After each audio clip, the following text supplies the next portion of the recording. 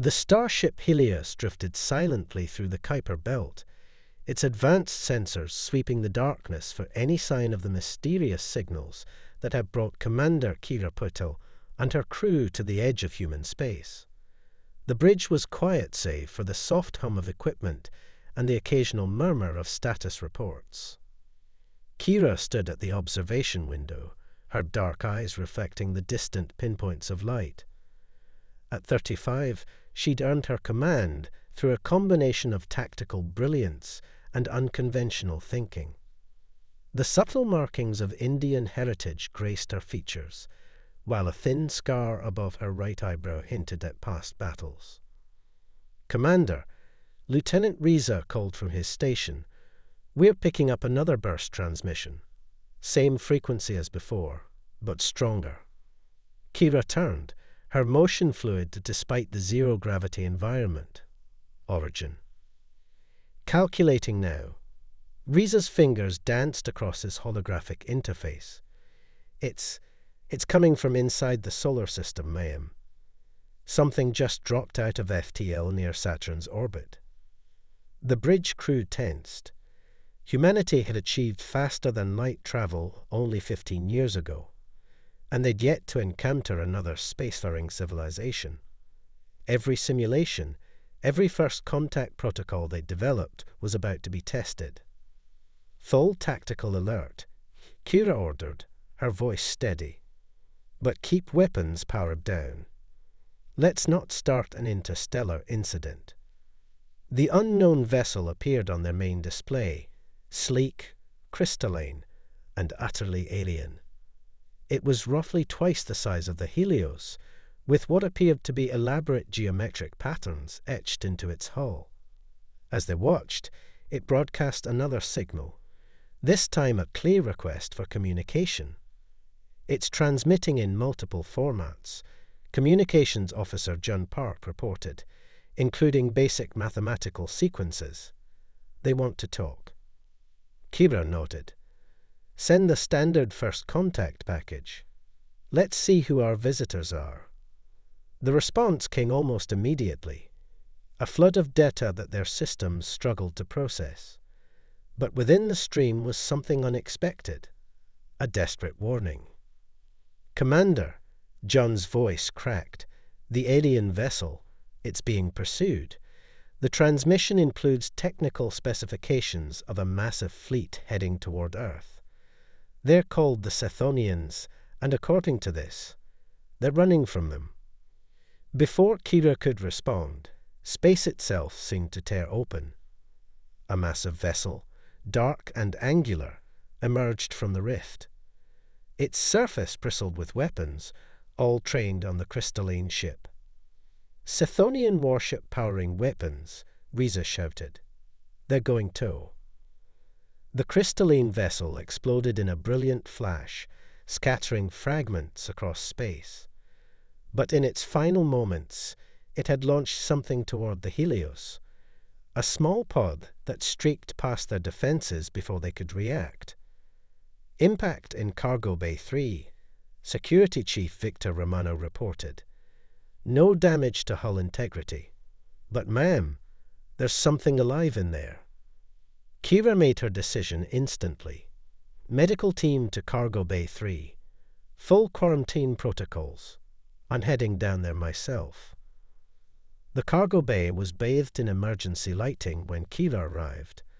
The pod had opened, revealing its sole occupant, a humanoid figure with pale, iridescent skin and features that seemed almost too perfect to be natural.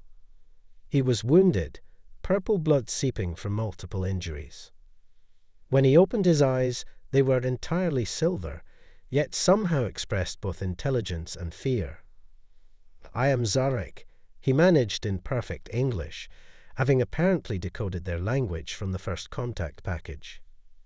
"Chief scientist of the Luminary, and I carry weapons designs that might save your world." "From what?" Kira asked, though she dreaded the answer. "From what my people have already experienced.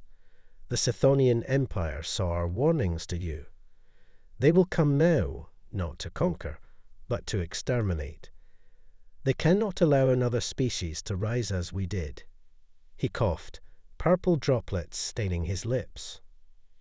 Your world has perhaps 3 months before their main fleet arrives.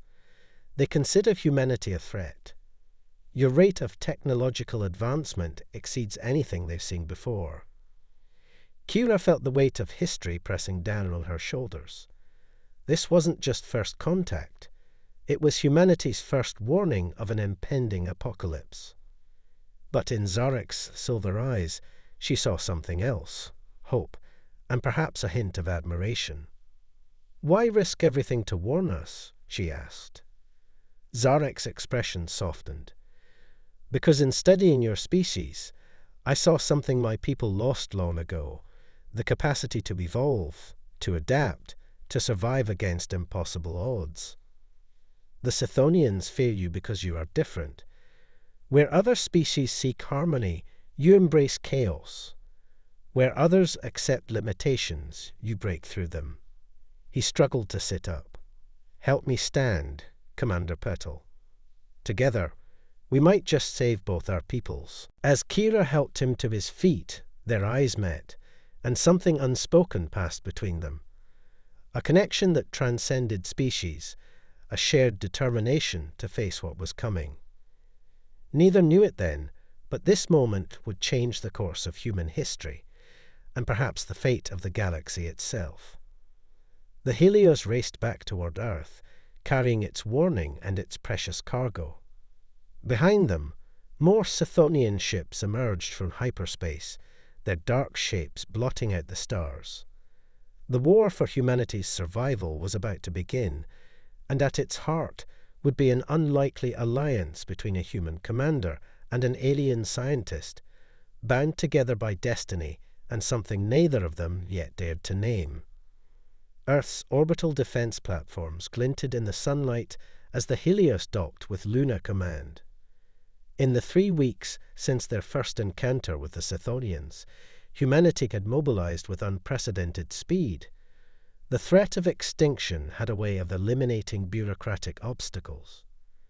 Commander Kira Petal stood in the massive underground laboratory complex beneath the lunar surface, watching as Zarek worked with Earth's top scientists. His recovery had been remarkable, though purple scarring still marked his iridescent skin where he'd been wounded. The alien scientist moved with an ethereal grace that made even the most mundane actions appear like a dance. "The principles are straightforward," Zarek explained, manipulating a holographic display of molecular structures. "Your quantum computing capabilities already exceed what my people achieved. You simply never thought to apply them to weapons technology this way." Dr. Isabella Rodriguez, Earth's leading quantum physicist, shook her head in amazement. "It's brilliant. We've been trying to force particles to maintain quantum states. You're suggesting we weaponize the collapse itself." Kira found herself studying Zarek's expression as he worked. Despite his alien features, she'd learned to read his subtle emotional cues, the slight shimmer of his skin when excited, the way his silver eyes seemed to dance when solving a complex problem. She told herself her fascination was purely professional interest in their key ally. The flutter in her chest when he looked her way suggested otherwise. "Commander," Zarek's voice pulled her from her thoughts. "Would you join me for a moment?"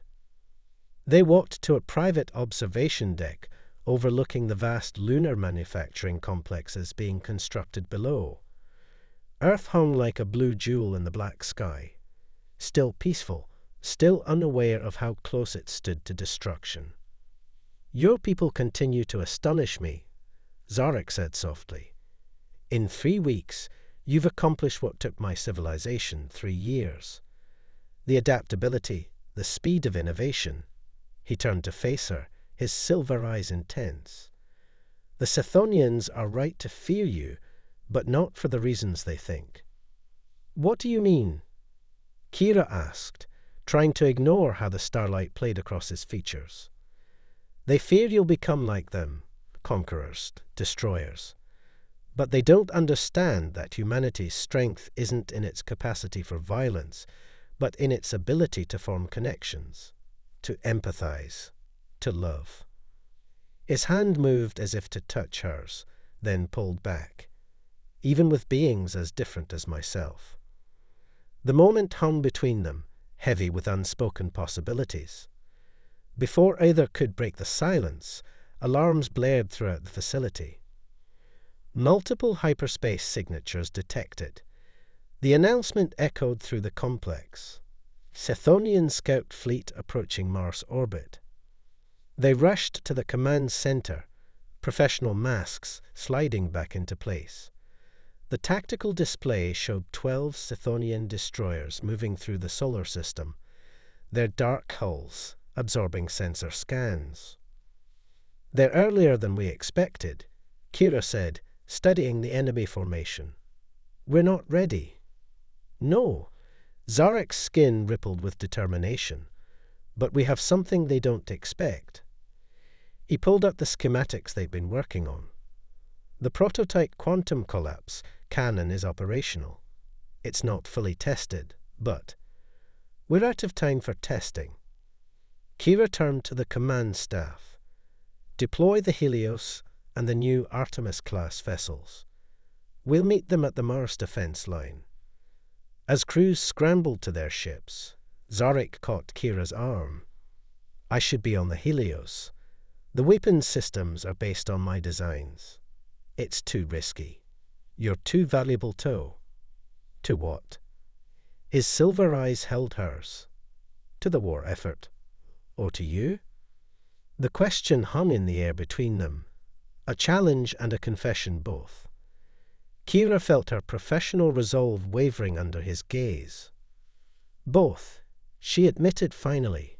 "But you're right. We need you on the bridge." The next hours were a blur of activity as the human fleet took up defensive positions around Mars. The Helios had been retrofitted with the prototype quantum collapse cannon, a massive device that hummed with barely contained power. Chthonian fleet entering weapons range. Reza reported from his tactical station. Their energy signatures suggest they're not expecting heavy resistance. They think this is just a reconnaissance mission. Kira stood at the center of her bridge, Zarek beside her as advisor and weapons specialist. The presence of an alien on the bridge had raised eyebrows at first, but the crew had quickly come to respect his knowledge and dedication. "All ships, maintain position," Kira ordered. "Let them think we're just a token defense force." Lieutenant Park broadcast the surrender demand they're expecting. "Demand received," John reported moments later. "They're responding with their standard ultimatum: submit or be destroyed." Kira allowed herself a small smile. Galactic Empire mentality. Always expect others to behave as you would. She turned to Zarek. "Ready?" He nodded, his skin glowing faintly with excitement and another emotion she couldn't quite name. Quantum collapse cannon charged. "Remember, we'll only get one shot before they realize what we're capable of. Then we better make it count." Kira took a deep breath. "All ships, execute battle plan Phoenix on my mark." The Chthonian ships drew closer, their weapons powering up for what they assumed would be a quick victory. They never saw the true threat until it was too late. "Mark." The quantum collapse cannon fired, its beam invisible to normal space, but devastating at the quantum level. The lead Chthonian destroyer simply ceased to exist, its quantum structure collapsing into probability waves that dissipated like smoke. "Direct hit," Reza shouted. "Target completely destroyed." The remaining Chthonian ships reacted with shock, their formation breaking apart as they realized their enemy wielded technology they'd thought impossible. But Kira wasn't done. "All ships, conventional weapons free. Show them humanity's strength." The battle that followed would be remembered as humanity's first victory against the Chthonian Empire. When it was over, 7 enemy destroyers had been destroyed, 3 had fled in panic, and 2 had been captured intact, a triumph beyond their wildest expectations. In the aftermath, as damage reports flowed in and crews celebrated, Kira found Zarek in the ship's observation lounge, staring at the debris field that had once been part of his people's oppressors. "Having second thoughts?" she asked softly. He turned to her, and the emotion she'd seen earlier was clear now. Pride, mixed with something deeper, more personal. "No, my only regret is that it took losing my own world to find one worth fighting for." Their eyes met, and this time neither looked away. In the artificial gravity of the ship, they drifted closer, drawn together by forces as fundamental as quantum mechanics and as mysterious as love. "We should discuss the tactical implications of," Kira began. Zarek silenced her with a gentle touch to her cheek, his skin shimmering with patterns she now recognized as joy. "For once, Commander, let the tactics wait." As their lips met, somewhere in the vast darkness of space, the main Scythonian fleet continued its approach, unaware that they were about to face an enemy unlike any they'd encountered before, humanity, armed with impossible weapons, led by brilliant commanders, and now fighting not just for survival, but for a future neither species had imagined possible. The war was far from over, but in that moment, on a ship named for the sun, hope burned as brightly as any star. 3 months after humanity's first victory, Luna Command had transformed into a fortress of innovation. The captured Scythonian destroyers had yielded technological secrets that, combined with Zarek's knowledge and human ingenuity, accelerated their weapons development beyond all expectations. Captain Darius Wade watched through the armored viewport as the latest generation of quantum collapse cannons were mounted on Earth's orbital platforms. His dark skin glistened with sweat despite the climate control. He'd been overseeing installations for 20 hours straight. "The targeting systems are fully integrated," reported Lieutenant Aria Nakamura, her augmented reality display showing green across all stations. "QC coverage is now at 90% of Earth's orbital space." "Excellent." Darius straightened his uniform. "Commander Patel will want to know." A flash of light interrupted him as Kira and Zarek materialized on the command deck, having used the newly developed quantum translocation system. Their fingers were intertwined, a sight that no longer drew stares from the crew. "Report, Captain," Kira ordered, though her eyes held warmth rather than military formality. The past months had changed her. Love had softened her edges without dulling her strength. "Defense grid is almost complete," Darius responded. "But that's not why we called you. Show them, Aria." The lieutenant brought up a holographic display of deep space telemetry. "We've detected unusual gravitational distortions in the Oort cloud. The Scythonians aren't just sending their main fleet. They're bringing something bigger." Zarek's skin darkened with concern, its usual iridescent sheen turning stormy. "A world breaker," he whispered. "They mean to shatter Earth's crust, just as they did to my homeworld." Kira's grip on his hand tightened. "Then we strike first. How soon can the Artemis fleet be ready?" 12 hours, Darius replied. "But, Commander, even with our new weapons, taking on their main force." "Is exactly what they expect," Kira finished. "Which is why we're not going to fight their fleet. We're going to bypass it entirely." She turned to Zarek, her expression softening. "Your calculations were correct." He nodded, his skin rippling with complex patterns of anticipation and worry. The quantum translocation drive can move the entire fleet. But creating a tunnel through space-time large enough, the energy requirements are enormous. "And the targeting?" Darius asked. I can get us there." Zarek's silver eyes gleamed with determination. "I spent decades studying their capital world's defensive grid. One shot, one chance to end this war before it devastates another civilization. The plan was audacious. Use their entire fleet's power to create a massive quantum tunnel, emerge directly above the Sithonian throne world, and strike at the Empire's heart before they could react. It was exactly the kind of impossible strategy that made humans so unpredictable." Hours later, aboard the Helios, Kira addressed the assembled fleet commanders through quantum-entangled communications. "This is not just humanity's fight anymore. Every species that has suffered under Sithonian rule, every world they've broken, we carry their hopes with us. Today we prove that tyranny, no matter how ancient or powerful, can be broken by those willing to stand against it." The fleet moved into formation, 50 ships of human design incorporating alien technology, crewed by beings of two worlds united in purpose. At their heart, the Helios thrummed with power as its quantum drives spooled up to unprecedented levels. In her private quarters, Kira found Zarek making final adjustments to the translocation calculations. She wrapped her arms around him from behind, feeling the subtle vibrations of his skin that she'd learned meant love. "Having doubts?"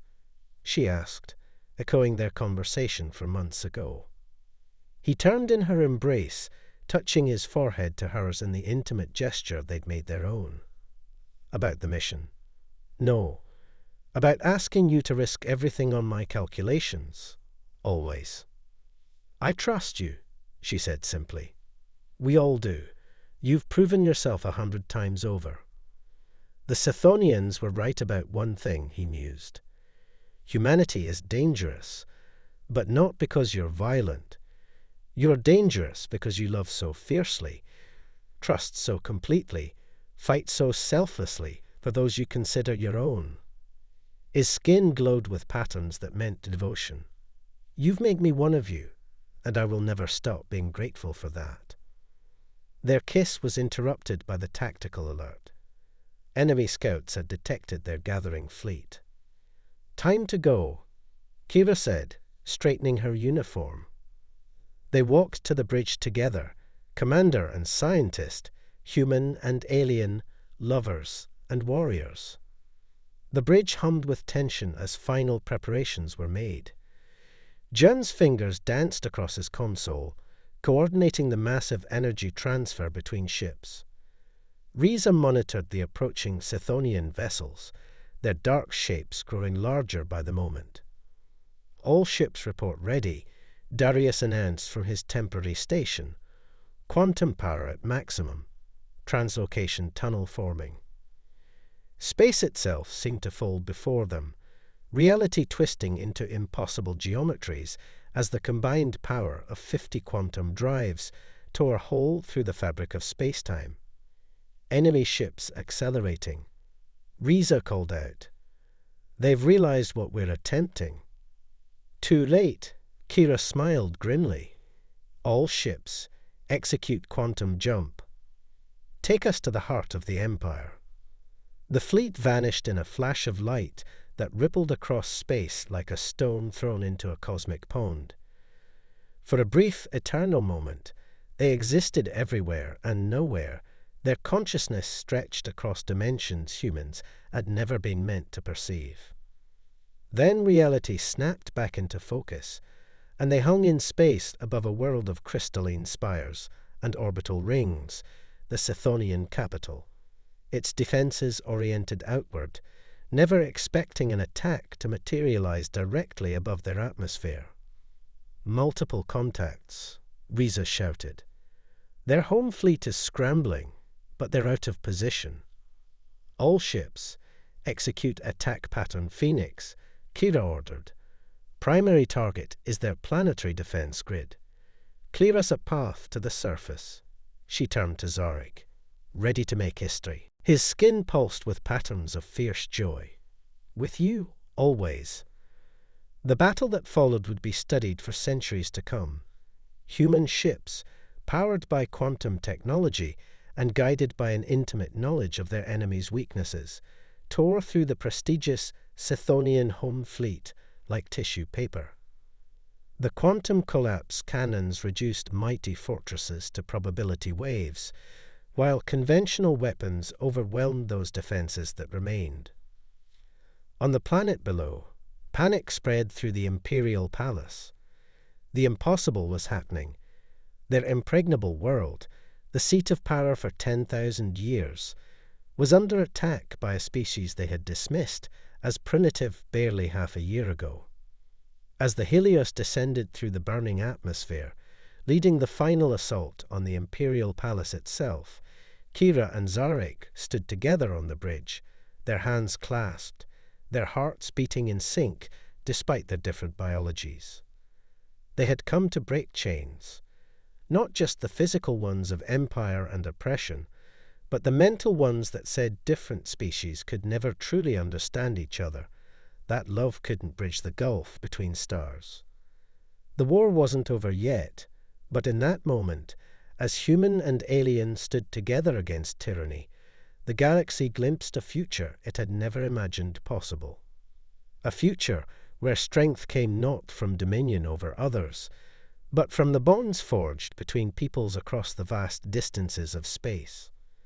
A future worth fighting for. The Imperial Palace's crystal dome shattered under concentrated quantum fire, raining glittering shards onto the vast ceremonial plaza below. Through the breach, Earth dropships descended like avenging angels, their hulls still glowing from atmospheric entry. On the Helios's bridge, Kira watched the tactical display as human forces secured landing zones across the Scythonian capital. Beside her, Zarek's skin had taken on a deep violet hue, the color of remembered pain. "The assembly chamber," he said quietly. "That's where they'll be. The High Council never leaves during a crisis. Their pride wouldn't allow it." Kira nodded to Riza. "Focus our next strike there. I want." "Commander," John's voice cut through the controlled chaos. "Priority transmission from Earth. The Scythonian World Breaker. It's changed course. They're not targeting Earth anymore." Zarek's skin went almost white. "No, they wouldn't." The tactical display updated, showing the massive weapon's new trajectory. It was heading for the refugee fleet carrying the last survivors of Zarek's people, hidden in the Kuiper Belt. "They're forcing us to choose," Kira realized, her heart turning to ice. "Either we withdraw to save the Luminary, or we press the attack and lose the last of your people." The bridge fell silent. Everyone knew what this meant. They had enough ships to either complete their assault on the Scythonian capital or intercept the World Breaker, but not both, and they had minutes to decide. Zarek's hand found Kira's, his skin pulsing with patterns she'd never seen before. Love and grief and determination all mixed together. "My people or my heart," he whispered. Kira made her decision. "Lieutenant Park, order the Artemis group to break off their attack. Have them intercept that World Breaker at all costs." She turned to Zarek. "Your people survived extinction once. I won't let them face it again." Kira, his silver eyes shimmered with emotion. "The assault will fail without our full fleet, everything we fought for. Will mean nothing if we sacrifice an entire species for victory." She squeezed his hand. "Humanity won't become like them. We're better than that. You helped make us better." The next hours were chaos. Half their fleet jumped away to protect the Luminary refugees, leaving the Earth forces on the capital severely undermanned. But something unexpected happened as they fell back to defensive positions. The Scythonian military, watching their leaders sacrifice an innocent species out of pure spite, began to turn. Ship after ship, garrison after garrison, they lowered their weapons. Many had served in the destruction of the Luminary homeworld. None wanted that guilt again.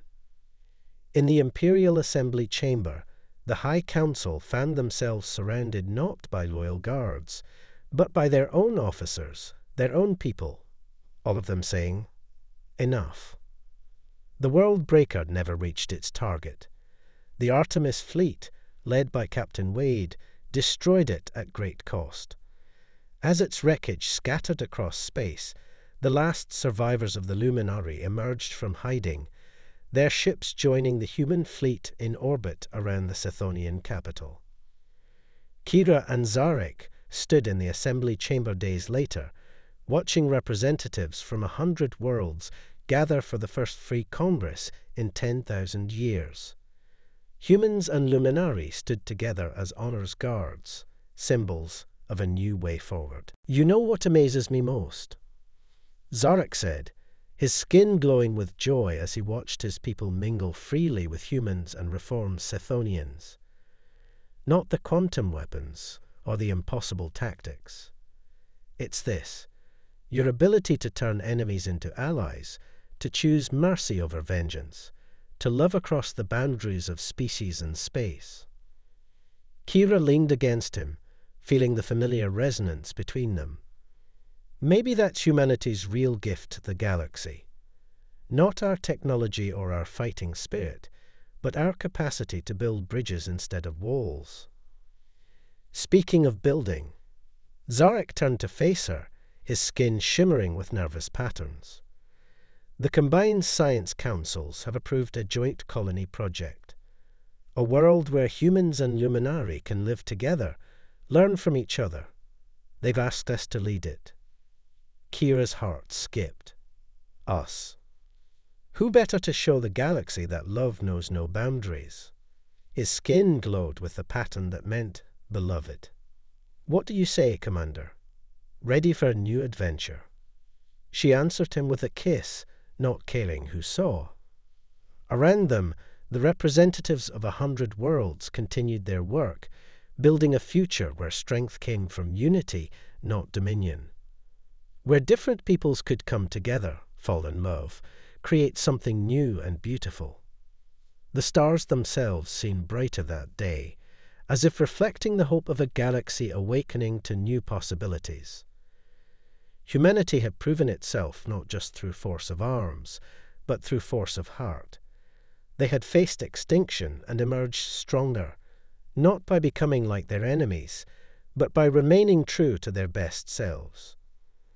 And in the years that followed, on a new world where the children of 3 species played together under alien suns, those who looked up at the night sky would tell this story of how love saved not just 2 peoples, but an entire galaxy, and how the greatest victory was not the one won through weapons, but through the simple, profound choice to see the best in others, even across the vast distances between stars. The end.